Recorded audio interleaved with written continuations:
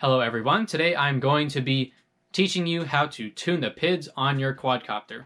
So this is going to be an in-depth tutorial. I'm going to be talking about how the quad works and how PIDs work. Then we're going to go into Betaflight and we're going to change some features so that you can actually feel what the PID loop is doing. Then we're going to go out into the field and I'm going to give you some examples of high and low PID values. And then we're going to go ahead and tune this quad, which is a fresh build. I'm going to explain my thought process, what I'm doing, and show you guys all the values, and that'll be it. So I want to mention that this video is solely about tuning PID values. We are not going to be talking about filtering, TPA, and any other fancy features. This is only going to be about tuning PID.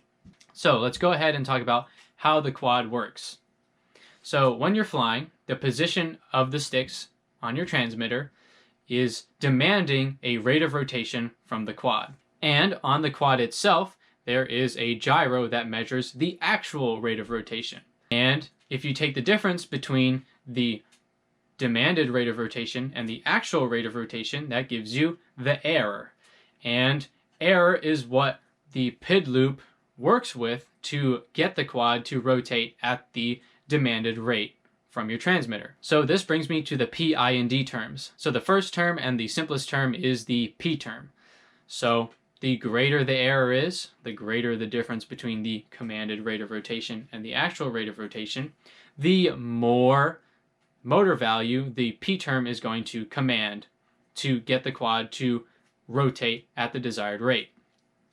And what this means is the P term kind of dictates how responsive the quad feels. So if the P term is too low, the quad is going to feel kind of sluggish. If it's just right, it's going to be nice and responsive. But if it's too high, the quad is going to overshoot and it's actually going to cause oscillations. And that brings me to the D term. So D term stands for derivative, and that means that it's looking at the rate at which the error is changing. So the D term kind of has a balance with the P term, because the D term kind of acts as a damping term, even though that is not what D stands for. So if the quad had just P term, the quad would constantly overshoot the desired rate of rotation, but the D term kind of smooths it out, dampens that, so that the quad can actually stop properly after a quick flip or something like that. So too low of a D term will actually give you kind of a bit of an oscillation at the end of a quick maneuver. A D term that is just right will just stop the quad, but still maintain pretty good responsiveness. And too high of a D term will actually make the quad feel kind of sluggish again, even if your P term is relatively high. So P and D kind of have to be balanced and tuned at the same time. Now that leaves us with the I term, which you can tune pretty much separate from P and D, and I stands for integral. So the I term looks at the accumulation of error over time. And because of this, the I term is good at dealing with error that accumulates slowly. So for example, most quadcopters actually have a tendency to level out if they're flying forward at an angle. So in this kind of scenario, the error does not change very abruptly. It's rather small. So something like the P term doesn't really do anything to counteract this error. But because the I term is looking at this error over time, it's actually really good at preventing this from happening.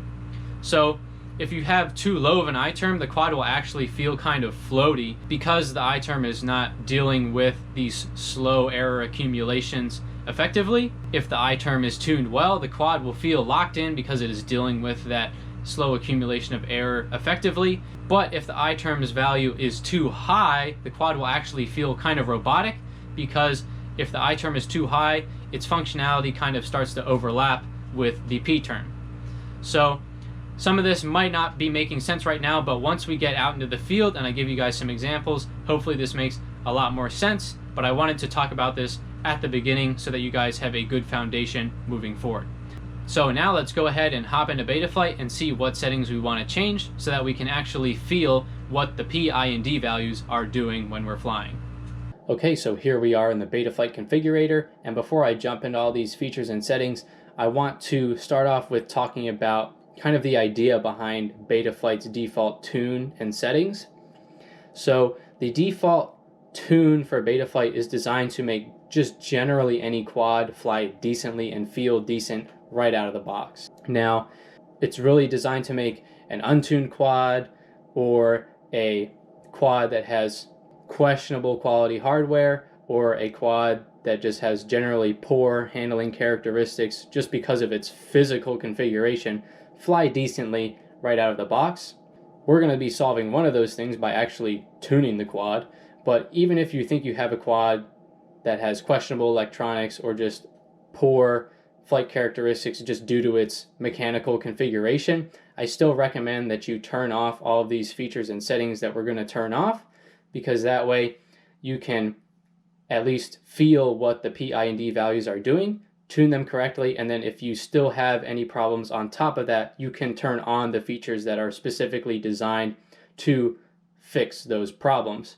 And that way you can just pick and choose the ones that are relevant to your quad without leaving all of the fluff on. So really just keeping your tune as simple as possible. And I think this is a lot better than just leaving all of the features on, and then a lot of these features just change the PID values dynamically, so you really won't be able to feel the PID values very well while you're flying anyways if you leave all these features on. So we're going to do this the simpler and I think more effective way. So with that out of the way, let's go ahead, hit connect, and then we're going to head to the configuration tab. And please ignore all of the settings that I'm not messing with because I haven't set up this quad at all, so just pay attention to the settings that I'm changing here. So we're going to scroll down to other features, and we're going to go to anti-gravity, and we're going to turn that off. So what anti-gravity does is it temporarily boosts the I term on high throttle changes. So a common problem for quads with either too low of an I term or just low quality ESCs is that one of the corners of the quad will dip. Now we're going to be tuning our I term properly, so we're going to eliminate that possible problem. But if you find that your quad still has a dipping corner after you tune the I value, you can go back and turn this on. But for now, we're going to leave it off, and then hopefully you don't have any issues with your quad dipping. So we're going to hit save and reboot. Make sure you click that, and then we're going to go to PID tuning. So here we have our proportional, our P, our integral, which is our I, and our derivative, which is our D. Then we also have D-min, feed forward, and some other features on the right. So D-min just dynamically changes the derivative term, the D term, to reduce the bounce back effect or the oscillations you can get at the ends of flips and rolls, which is due to improperly tuned P and D values usually. So we're just going to go over to the right here and turn that off. And then the next thing is feed forward, which is pretty interesting. So earlier in the video, I said that the P term is mainly responsible for the response of your quad, the immediate response. However, they've added feed forward on top of the P term to make your quad feel even more responsive and a lot of times twitchy. So the difference between feed forward and P is that feed forward blindly adds in motor value just based on your stick position, whereas P value only adds in motor value based on how much error there is. So feed forward can actually add in extra motor value even if the error is zero. And that's what can lead to a twitchy and possibly uncontrollable feeling quad if this is too high. And this really just makes the quad feel more responsive than the P term is making it. So for the purpose of tuning the PID values correctly, we're going to set this to 0 so we can feel what's going on. Now, after you're done tuning, if you want your quad to feel more twitchy, you can go back and turn this value up, but for now, we're going to turn it to 0. Next thing is I-term relax. So in the configuration tab, you saw that we turned off anti-gravity, which dynamically boosts I-term. Well, I-term relax dynamically lowers the I-term to either decrease bounce back at the ends of flips and rolls, which is indicative of too high of an I-term, or to kind of get rid of the robotic feeling, also indicative of too high of an I-term. So we're going to be tuning the I-term, we're going to turn that off. And then lastly is throttle boost.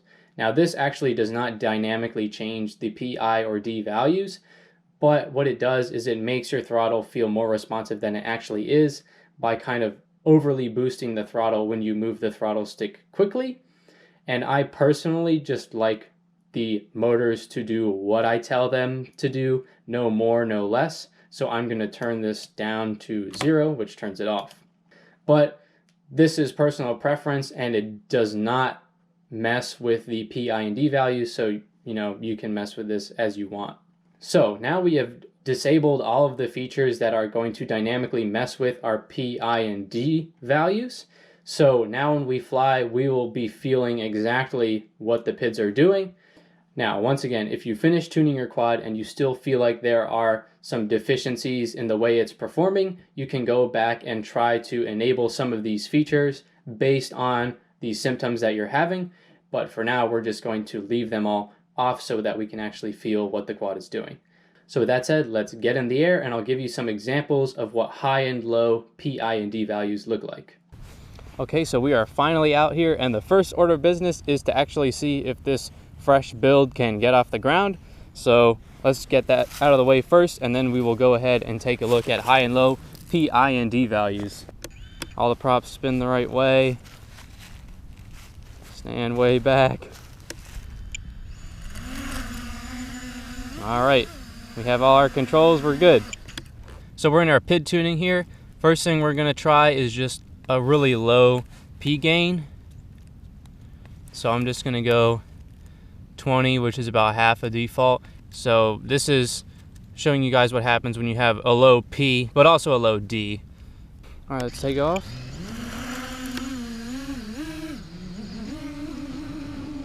You can see it's kind of bouncing around a little bit. That's because of the low D gain, but it's really sluggish. And you can see it has a kind of hard time controlling the quad because it's just too low of a gain. So if I give it a lot of stick, you can see it bobbles a lot, but it's rather slow because the P gain is so low. Just really terrible response in general, and that's due to that really low P gain.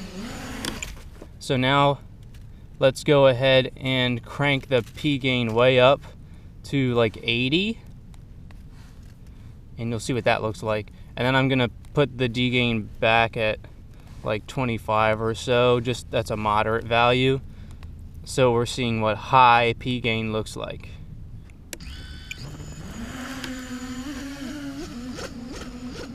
So you can, if you listen to the motors,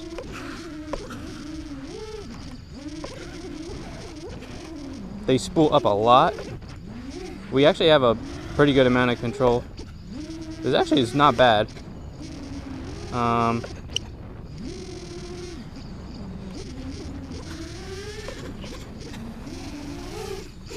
But you can really hear at the ends of these fast movements the motor is oscillating a little bit. You probably can't see it very much.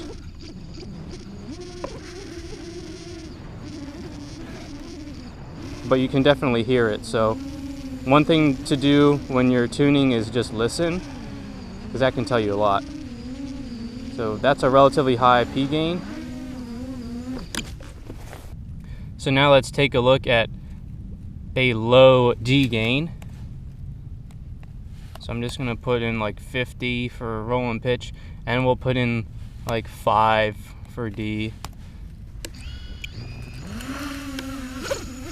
So now you can see we get a lot of bobbles at the ends of fast movements because that D value is not smoothing out the P value enough. Alright, so the P gain isn't that high, but because the D value is so low, we get a lot of those oscillations at the ends of quick moves. Now let's try a high D value. So let's try like 50.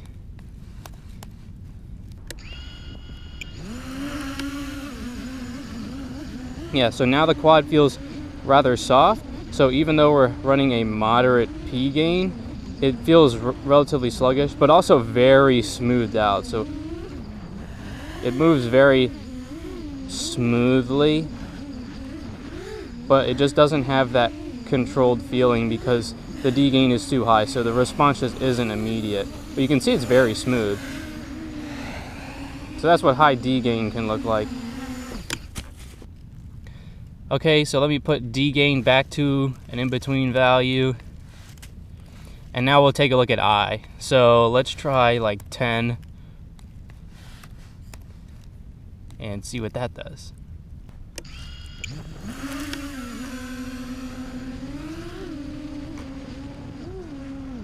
So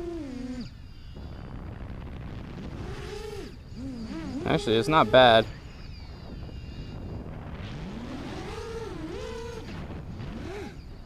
Like, let me do some kind of more freestyle type things.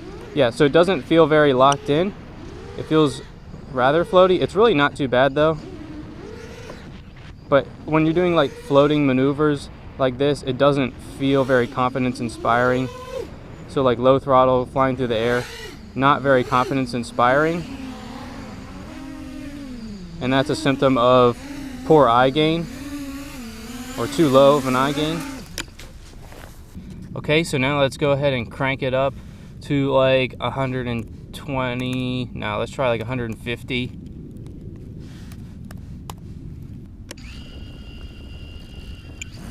So here we go, high eye gain.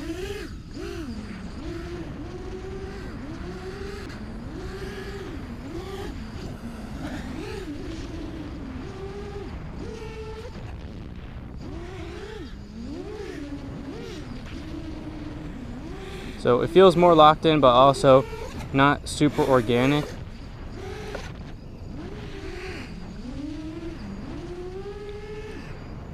But honestly, not really much visible difference. It shows you how good the software has gotten. So it's really more of a feel thing. And honestly, not a huge difference in feel between low and high I. P&D seems to be much more noticeable. Okay, so those are some examples of really low and really high PI and D values. As you saw, the eye gain really didn't have much visible difference. P and D are a little more visible, but you really have to pay attention to how the quad is feeling through the sticks. So that's what I tried to explain there. So now let's go ahead and put the PIDs back to default and tune this quad.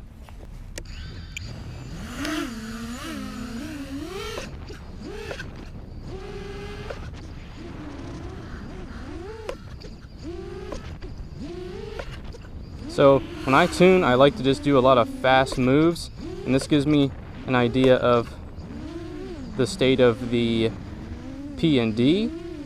And I usually just tune pitch and roll first. So just really abrupt movements, trying to not be smooth at all on the sticks. So you can see that pitch here has a good bobble at the end, along with roll. And P is and pitch is a little bit sluggish to me, so that means I need higher P on pitch. Roll's a little bit sluggish too, not as bad. And this is pretty typical of most mini quads, is we're going to need more P on the pitch than the roll. Yeah, roll's a little sluggish. Pitch is a little sluggish. And pitch definitely needs more D. Roll could use a little more D, but I try not to run too much D on roll. Or I try not to run too much D in general, really, because, you know, D kind of counteracts P. So you lose responsiveness the more D you use. So let's go into the settings and change some PID values. Okay, so both the roll and pitch were a little bit sluggish, so I'm just going to up both of these some. So let's try like 47 on roll and like 52 on pitch. And then pitch definitely needed more D, so we'll go up a little bit to like 25, and we'll throw in a little bit for roll, like 22, just to smooth it out just a little bit. And but really I'm adding more P than D on roll and kind of an even amount on pitch, and we're just going to see how that feels.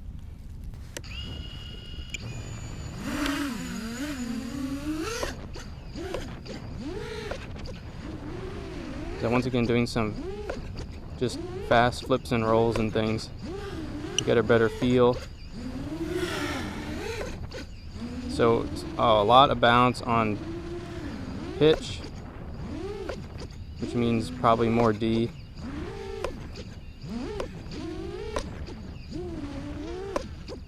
And kind of same thing on roll.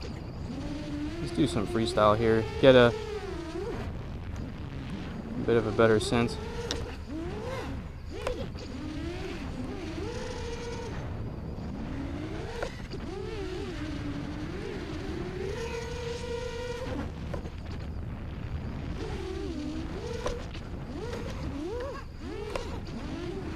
Actually really like how roll feels. A lot of times I'll leave a little bit of bounce back in there just for the sake of responsiveness and not adding too much D. Pitch needs it though, so we're going to add more in the pitch.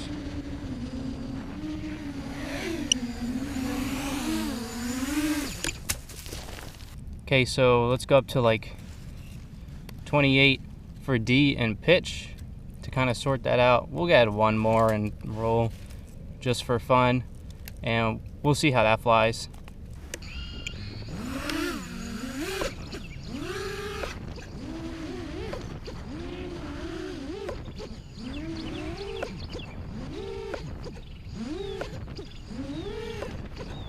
Yeah, so bounce back's a little bit better on pitch now.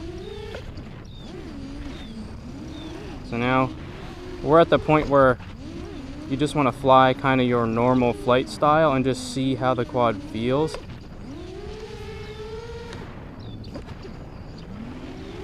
Because just doing those fast and aggressive like flips and rolls, that's not how I fly. So now I have to fly more how I usually fly to really give me a better sense of how I want this quad to feel.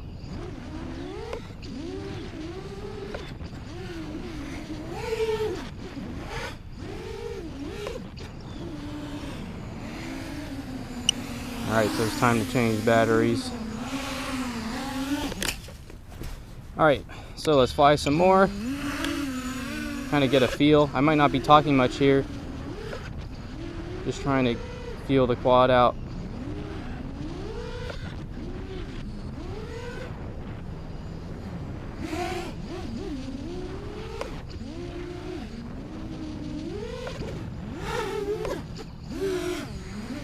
I get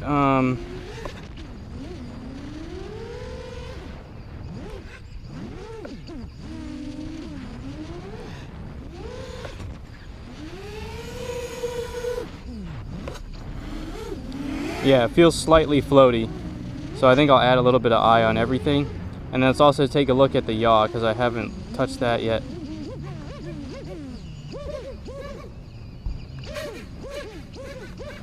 So definitely a little bit of bounce back, a little bit of oscillation at the ends of these quick yaw movements,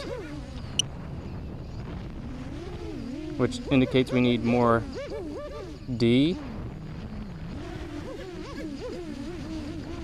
And I like to use little slow movements to feel kind of how sensitive yaw is. And I could use a little bit more P as well, just to get the response up a little bit. So let's go change some more settings.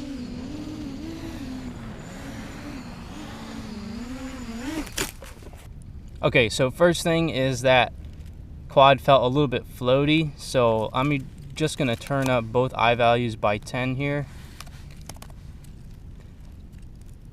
But other than that, the roll and pitch feel pretty good. Yaw could be more responsive by a lot, I think. So we'll just turn that up to 40.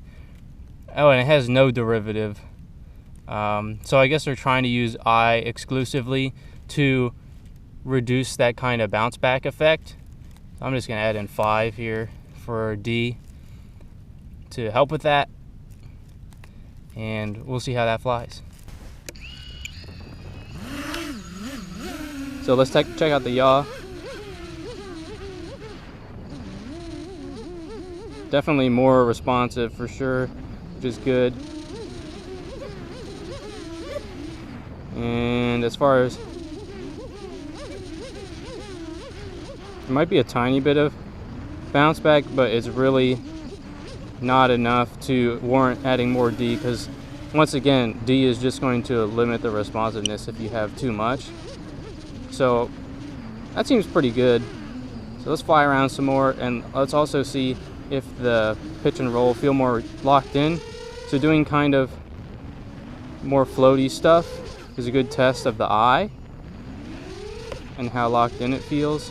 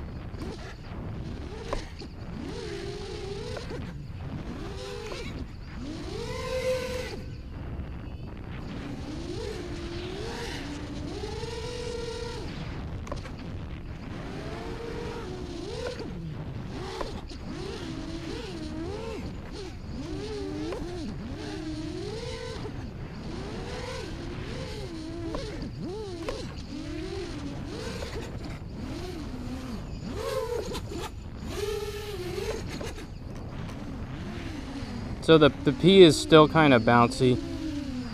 I'm sorry. So the pitch is still a little bit bouncy. That's my only complaint right now. The rest feels pretty good. Yeah, pitch is a little too bouncy.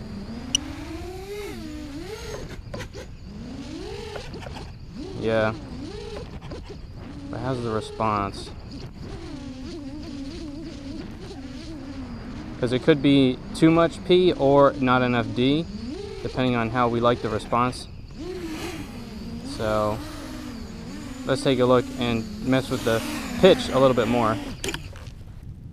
All right, so I'm gonna try dialing back the P just a hair. Let's turn it down to 50, because this quad is pretty symmetrical as far as mini quads go. If you have a Squash X or something, your pitch P probably should be significantly higher than your roll P, but due to the configuration of my quad, they probably should be pretty close. So I'm going to try dialing that back a little bit, and then I'm just not going to touch the D, and we're going to see if that little change feels better and reduces the bounciness of the P.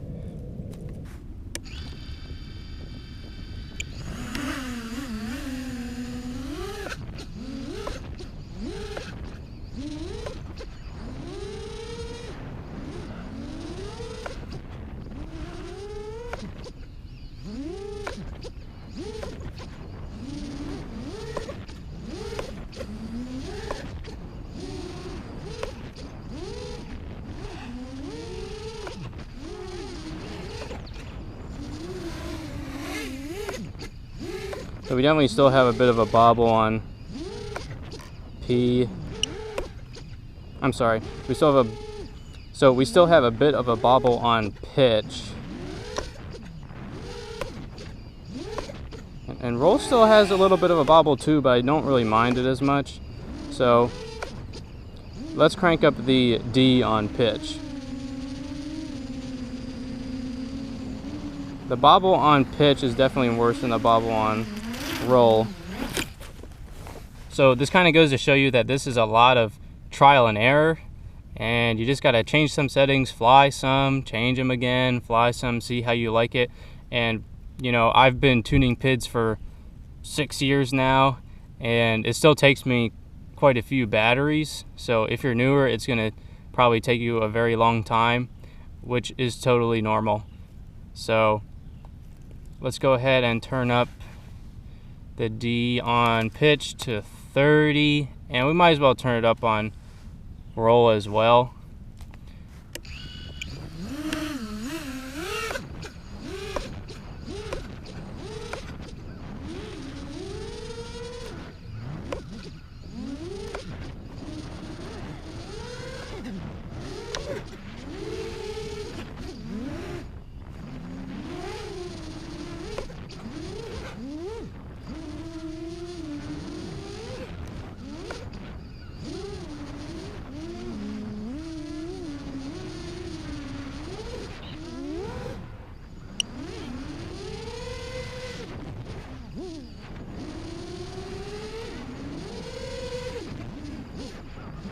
So at this point the tune's getting pretty close.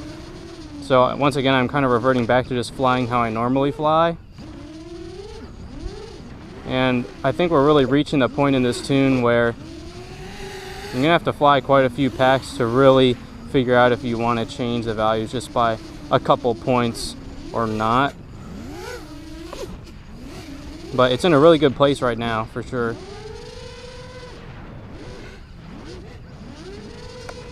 Oh, I just lost video.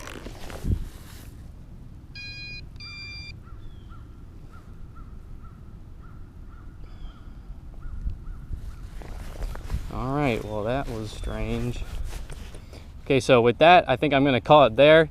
So this tune is really close, is 95% of the way there. And at this point, this is where you would just fly a lot of packs and probably only make a change like every full pack or maybe every 3 or 4 packs, depending on what you're feeling, because we're really that close to how we want the quad to perform. So I need to go and figure out what the heck happened with my video. But as far as PID tuning is concerned, this quad is pretty much finished. Okay, so as luck would have it, as soon as I get my PIDs tuned, there's some kind of electrical malfunction, and that crash caused one of the motor bases to get really bent, and I attempted to bend it back, but it just caused the base to snap. So I've taken this opportunity to go ahead and order some lighter motors, which I've been wanting to do, and to go ahead and order the latest and greatest stack. So ironically, I'm going to have to retune all of the new electronics that I put on this frame. So if you made it this far, all the way to the end of the video, congratulations. I know this was a really long video, but I wanted to make sure that I didn't leave out any important information, and I wanted to show you guys all of the flight footage so that you can really see my thought process as I tune a quad. So I hope you guys enjoyed this video. If you did, please give it a like. This was a lot of effort to make. And let me know down in the comments below if you want to see more of these tuning type videos in the future, because I could cover things such as filtering and whatnot, because we only covered P, I, and D in this video. And with that said, if you are new to the channel or you really enjoy this kind of content, make sure you get subscribed, and thanks for watching.